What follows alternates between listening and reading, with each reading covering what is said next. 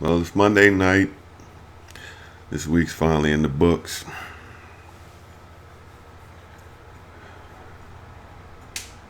Carolina just lost to Tampa Bay. They're 1-4. They were just in the Super Bowl last February. And they looking like pure ass right now. You know, you lost to Tampa Bay. Division games, we'll give them that, but they're struggling right now. Then you got the Denver Broncos. Now, I don't know if this loss is on the Denver Broncos as much so as it's the Falcons are balling right now. Julio Jones is like a demon on the field, and we're going to have to stop with the Odell is better than Julio talk, at least for right now, partner. He ain't touching them.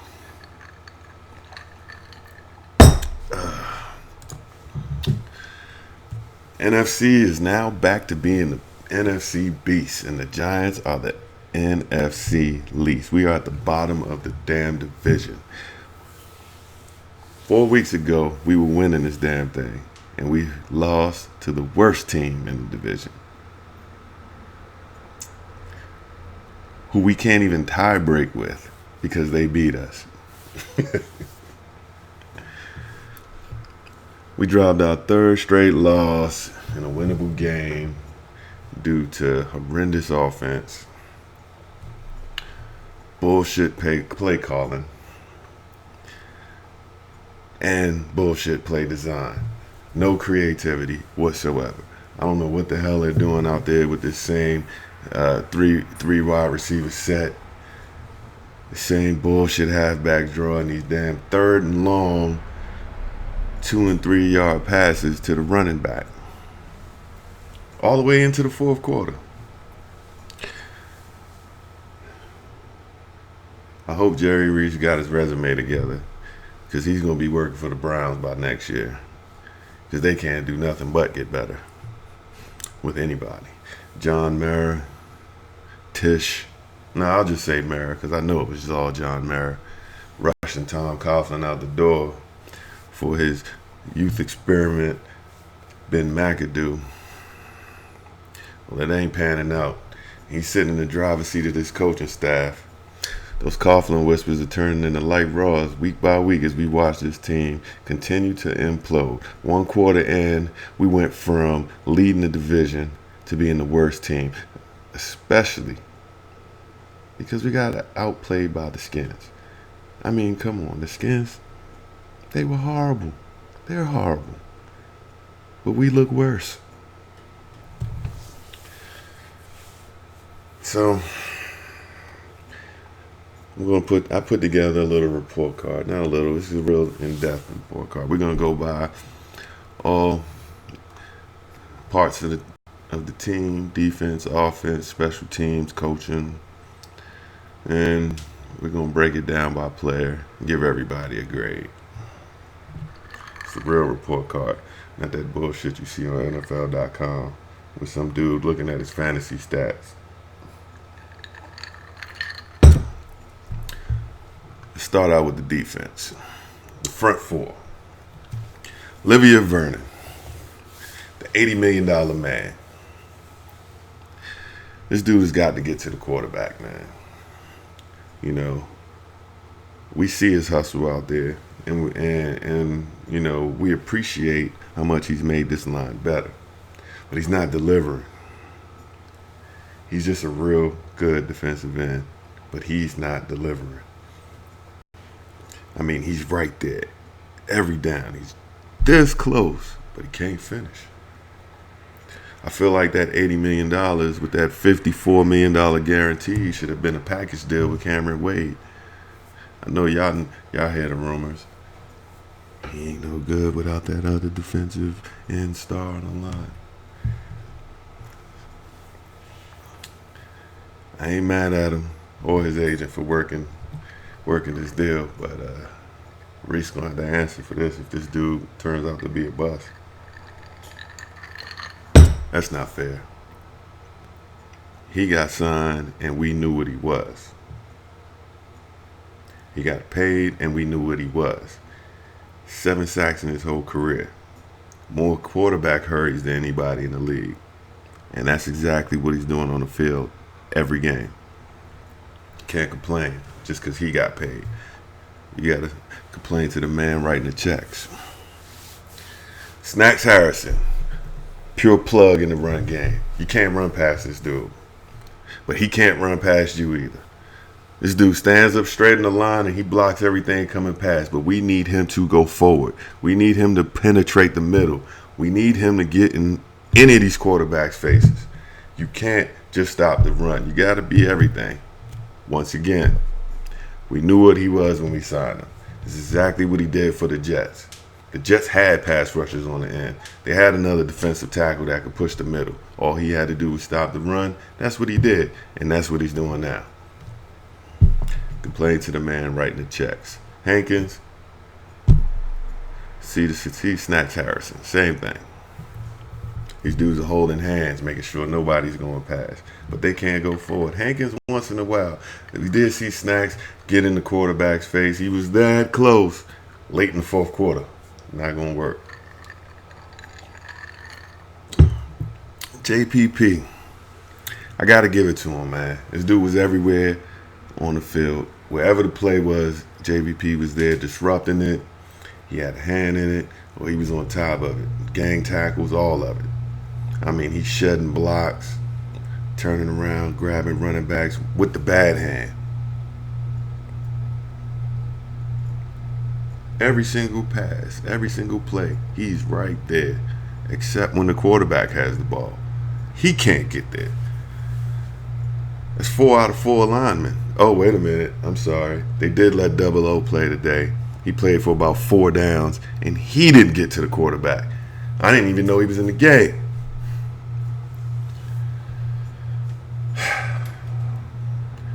So overall, well, we'll give Olivier a B+. We'll give JPP a B+. I mean, they were setting those edges. You know, at times they were in there causing Aaron Rodgers to get out of the pocket. I mean, but he's just as deadly there. But, you know, they didn't let him get away with too much down the field, with his legs at least. So I'll give him that. Snacks and Hankins, you guys get a C. I mean, you didn't even stop the run this game. I mean, you guys,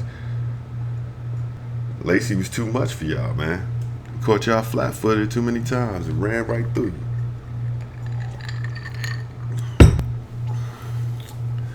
Let's move on to the linebackers. This is going to be short. All the linebackers this week lose a whole letter grade for getting treated like rag dolls by Eddie Lacy and disrespected by 125-pound Randall Cobb. How do you get hit by 2 linebackers and a third one comes and hits you and you stand him up and he turns around and runs for a first down that extends the drive, that made them score, that put us behind? Randall Cobb was whooping our ass last night.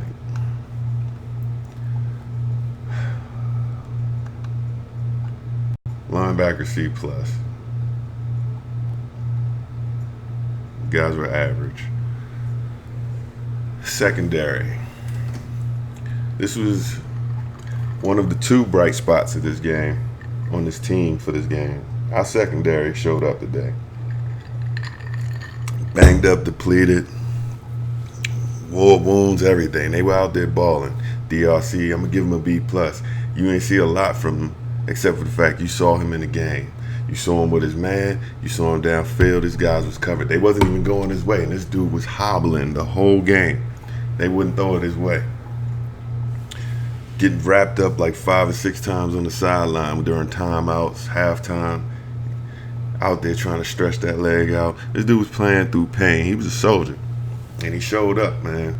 He knew we needed him. He knew he wasn't ready, but he played anyway. Eli Apple, I give him a B-. He was a trooper, but, I mean, all he could do was a half.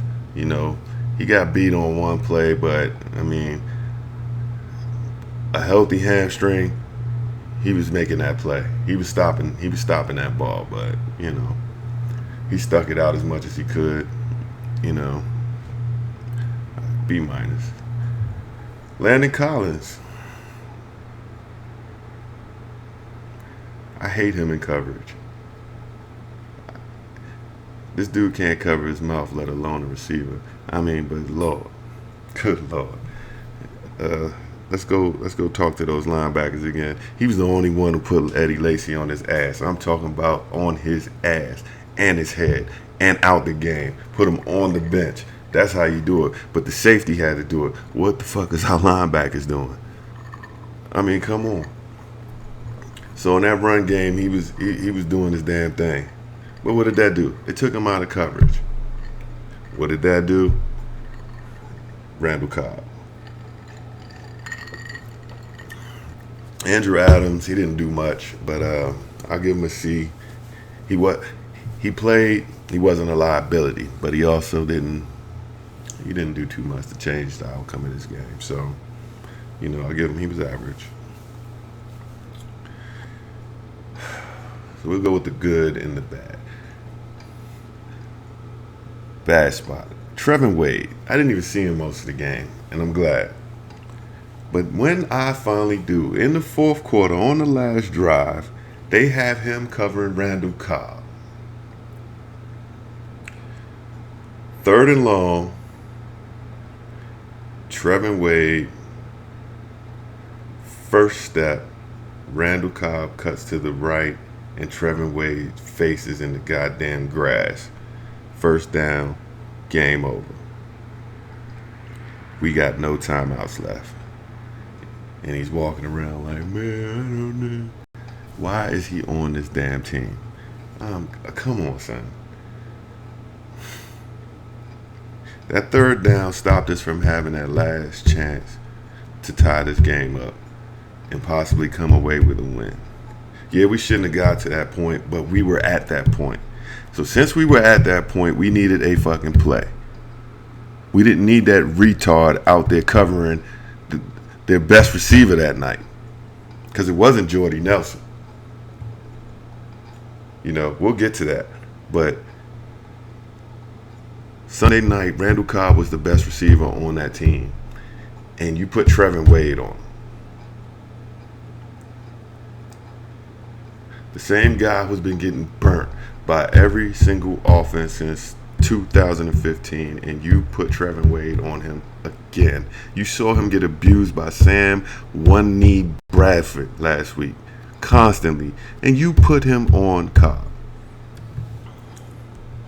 I don't know how much of that is Trevin Wade's fault more than it's Steve Spagnuolo's fault. This dude needs to be on the first thing smoking out of New York by next week. And if he's not, then Jerry Reece needs to have his ticket. Shit is insane. So bright spot number 1, Janoris Jenkins, Jack Rabbit.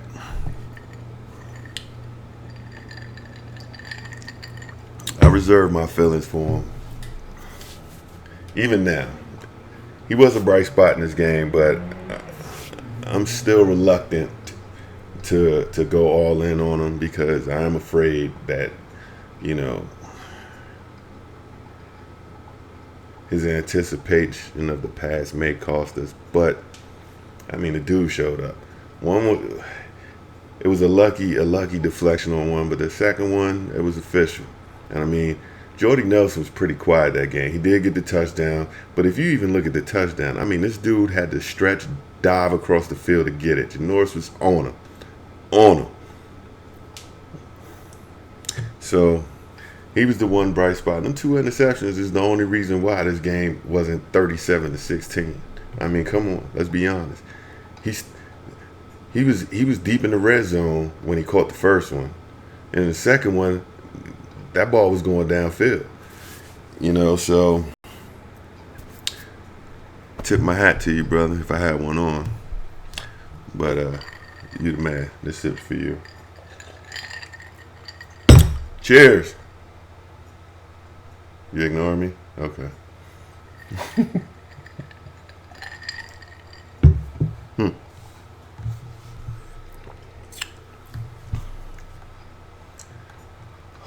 Let's move on to the offense. All right, so we went running back by committee again, even though we're short a couple. Rashard Jennings still out with that thumb. And is it just me? I mean, how many of y'all really are excited to see him come back? I know that fumble was still kind of leaving a bad taste in your mind. I know you still feeling that fumble before the ghost finger went out. I guess he gonna blame that fumble on the finger, but that's he fumbled that goddamn ball. A lot of people felt like that was a game changer, and I mean it just seems like the ball just didn't stop getting turned over since that point. He was the propulsion that got that turnover train rolling. We'll see. Orleans Doc, we'll see. Oh, I'm sorry, I didn't give you guys a grace for secondary. DRC B+, Janoris Jenkins A+, A+. Eli Apple B-. Trevin Wade, you get a D. D. Zero awareness. Falls for every first step. Has no closing speed. I don't even know how you keep making the roster, but I'm not going back. Landis Collins, B+. Andrew Adams, a C. So, yeah, all right. Back to the running backs. Orleans Darko, you got a C. Straight up C. He gets a C, not for lack of production, but for the indecisiveness. If you watched him every snap, it just seems like he got the ball and then took a hop. And when you take that hop, you land flat-footed. When you land flat-footed, you got to start again. You know what I mean? He wasn't just getting that ball and hitting the hole, or it was every time it was just a little hop, and it cost him. And I mean, he was going for negative yards or short yards every single time. And a lot of times he was getting up to that line when he could have just went right around one blocker and straight open space, but he chose to actually go back inside. And I don't know if it's because the play calling, and we'll talk about that later too. But yeah, I think he sold himself short on a lot. He left a lot of yards out there, man, that we should have had. Paul Perkins, I give you a C+. Pretty good in the screen game again this week, two weeks in a row. Bobby Rainey, you get a B-.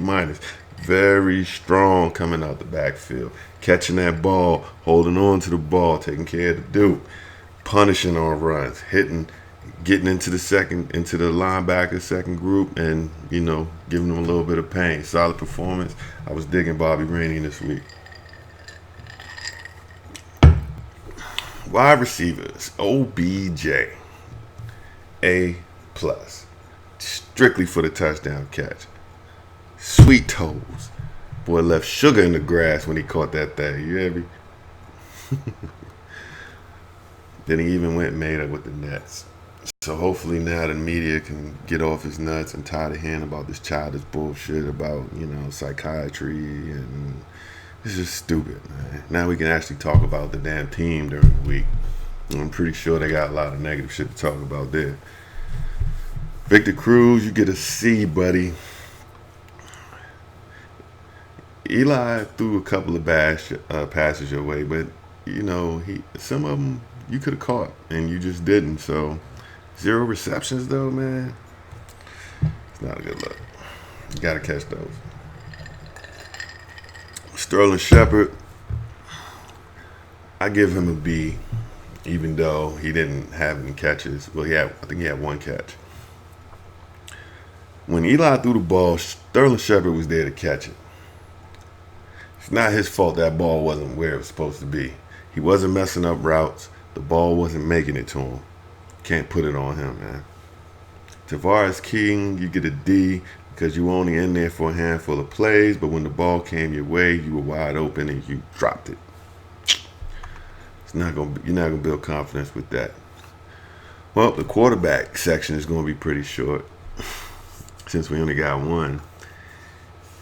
And you got to believe that Eli knows he let the team down again this week. I mean, those misses to Odell and Will Tye were backbreaking. The drive killers, points destroyers, red zone miscues. It was just horrible, horrible, on top of the fumbles.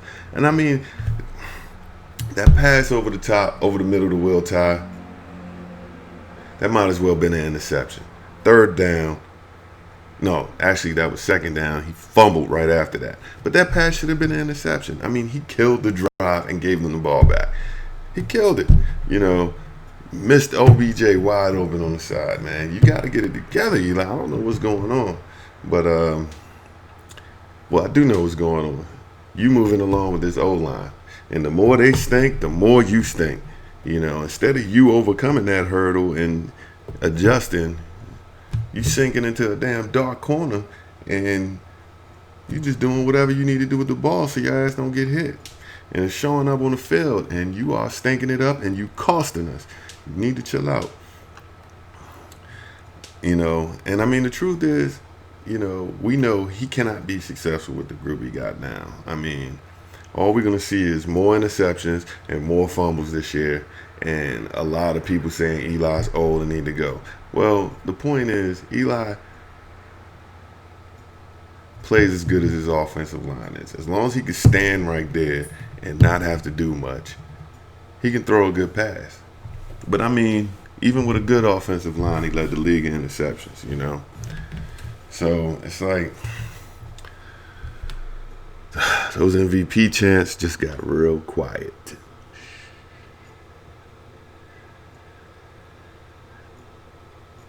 But that other stat that he likes to lead the league in, INT. Yeah. We're coming for you, Eli. That's the interception goes. We're coming for you, Eli. Make us great again. Offensive line D+. They just can't get it done. Someone has to come to this organization and help Flowers out. He cannot play the left tackle position. He is averaging 2 holding penalties per game. I don't even know how the hell you can average penalties. That's insane. But he's doing it. The young man is frustrated, and it's not entirely his fault. Eric Flowers is a natural right tackle. He's always played right tackle. Will Beatty was supposed to be our left tackle while he played the right. But we lost Will Beatty. They put him at left. Well, now we got Will Beatty back. Why is he still over there? He cannot play that position. This dude was a high draft pick offensive lineman. He needs to be on the right side to see what he could do. Or you're wasting his talent, if he has any. Because right now, I don't know. The dude's technique is horrible. It's horrible. He can't handle the simple bull rush. Beatty's back, make the switch. Why hasn't he even played yet? I mean, how hard is it him? How long does it take for him to get back into a system he left? I don't get it. We'll see. I have a hunch he'll be in there next week. Special teams, my second bright spot, A+. Good kicks and punt returns. Good punts, setting up less than nominal field position for the Packers. I think they were averaging starting at the 26 while we were at the 38. So we had good returns and good punts. And 90% of our points came from Josh Brown kicking field goals. So special teams did their job today. They helped this offense out. I mean, they put us on Green Bay side of the field twice, and we walked away with nothing to show for it. So I mean, we were at their 40, we were at their 30, and we did nothing. Yeah, they did what they had to do. They held their end of the bargain. It's just always the offense. I couldn't decide whether to give coaching a C- or a D. But I think I went with a C because bad play calling or not, these are plays that you practice and you can run and you know. So some responsibility has to go into execution, you know. But I mean, this is vanilla play calling. I mean, it's like they treating Eli like he's just learning the playbook again. The same 3 wide set, the same shotgun halfback draw. Like out of all the shotgun sets, I think he actually threw from it like a couple of times. Every other time it was a halfback draw. How many times can you possibly run that play? 3rd and long. If it was anything over 9 yards, Eli was throwing it to the running back 3 yards in front of him. All the way to the 4th quarter. Time of possession, insanely disproportionate. First drive, we had the ball for 1:47 seconds. After the defense had been out there for 8 minutes straight, they literally went over the sideline and said, "I'm tired. Good, get back out there." They worn out, and you gotta wonder, does that on top of the fact that Spagnuolo is not rotating his defensive line, on top of the fact that the offense can't even keep the ball for longer than 2 minutes on the field, that has to factor in the reason why later on in the games, JPP, Olivier Vernon, they can't get to the quarterback. These dudes are gassed. If you look at Olivier Vernon before halftime, he looked like he played a whole game already. It's insane. McAdoo, you got to get it together. This game plan of yours, it's like you're playing not to lose. Too bad. It's like you know you're going to lose, but you just don't want to lose that bad. And you don't want to play to win.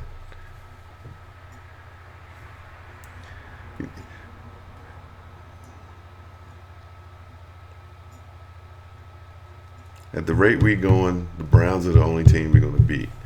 Because I honestly don't think we'll beat the Ravens. We usually don't beat the Ravens.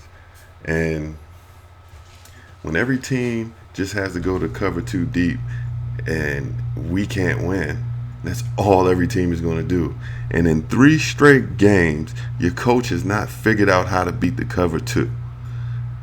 They're not playing anything else. They're not disguising blitzes. They might bring a corner down once or twice because they know you're too scared to throw it down the field to them. It's insane. How the hell are you a coach in this league? And you can't figure that out. I'm just a guy watching TV.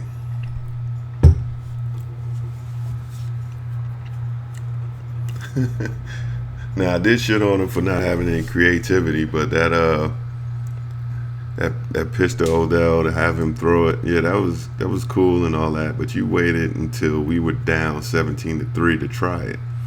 That's something you try in the beginning to shake this defense up, to shake the offense up, get them guessing.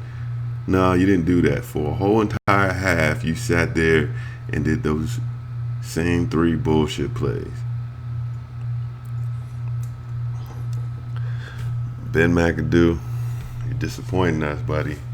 And you're getting up there acting like, oh, yeah, I know the answer to this. Yeah, we just got to clean this up and clean this up. Eli before the game. Yeah, we cleaned it up. We're ready to go. We just got to get in the red zone, score some points. You kicked field goals and punted 8 times.